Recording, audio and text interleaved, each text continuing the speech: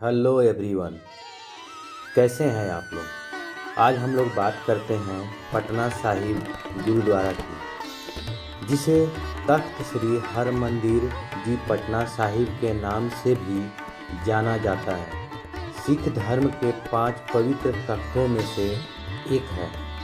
यह बिहार की राजधानी पटना के पटना सिटी इलाके में स्थित है। यह गुरुद्वारा सिखों के 10वें गुरु गोविंद सिंह जी का जन्म स्थान होने के कारण सिख समुदाय में बहुत महत्वपूर्ण है। गुरु गोविंद सिंह जी का जन्म 22 दिसंबर 1666 को पटना में हुआ था। उनके बचपन का नाम गोविंद राय था और उन्होंने अपने शुरुआती वर्ष यहीं बिताए। यह स्थान पहले सालिस राय जौहरी का निवास स्थान था, जो गुरु नानक देव जी का एक महान भक्त था। गुरु नानक देव जी भी यहाँ आए थे।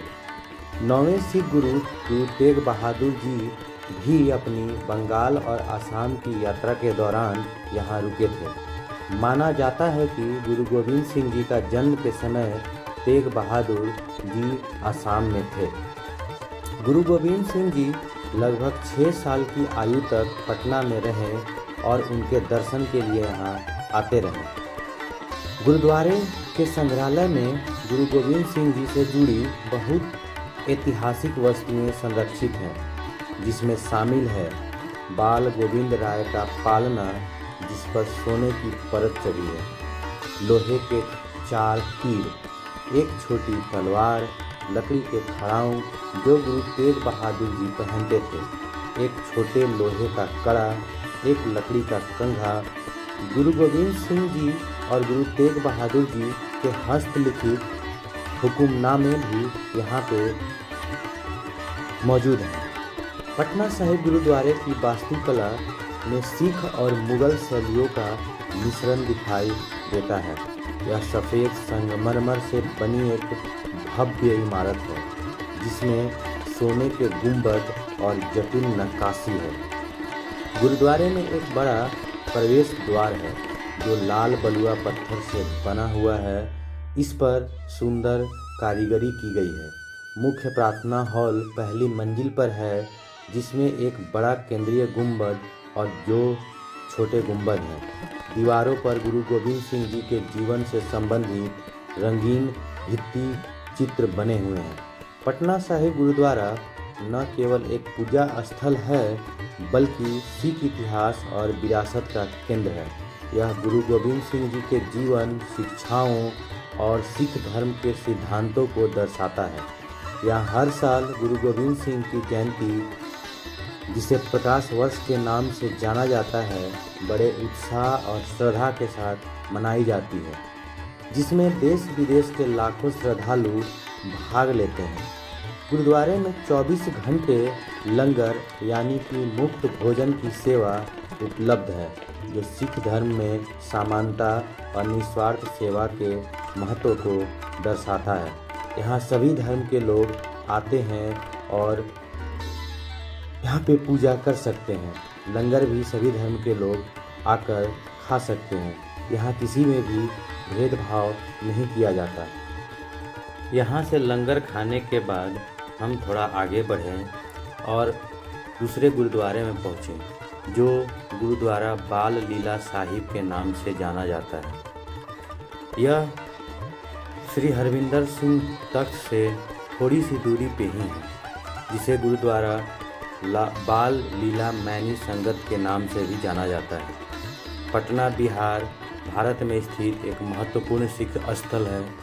यह तख्त श्री हरविंदर साहिब के करीब स्थित है। यह गुरुद्वारा उस घर को चिन्हित करता है जहां राजा फतेह चंद मैनी अपनी संतान रानी बिशंभरी देवी के साथ रहते थे। यह गुरुद्वारा सिखों के 10वें गुरु गोविंद सिंह जी के बचपन से जुड़ा हुआ है। एक छोटा लड़का के रूप में वे अक्सर रानी के यहाँ जाते थे, जिन्होंने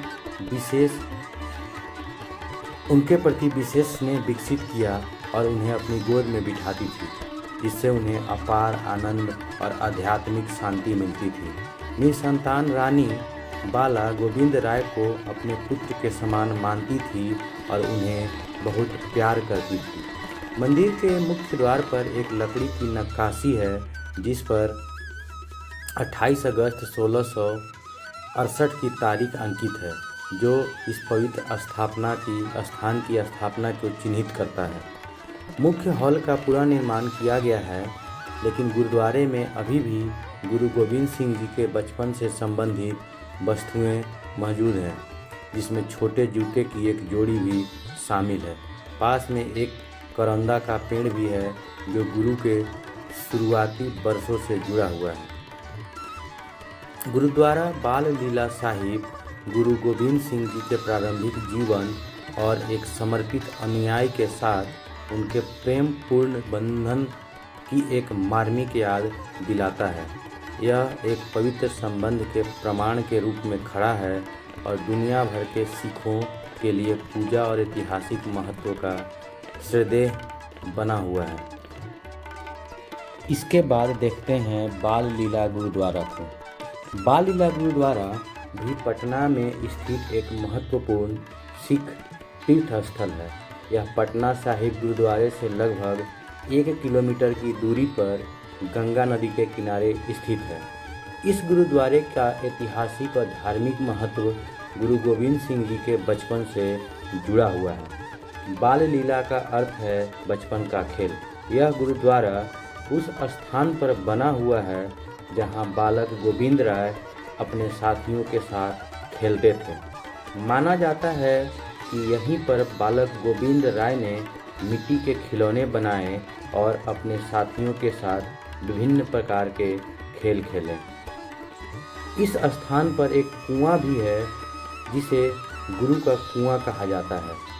बाल लीला गुरुद्वारा गुरु गोविंद सिंह जी के बचपन की यादों को समर्पित है और यह अपने जीवन के प्रारंभिक वर्षों को झलक दिखलाता है। धन्यवाद।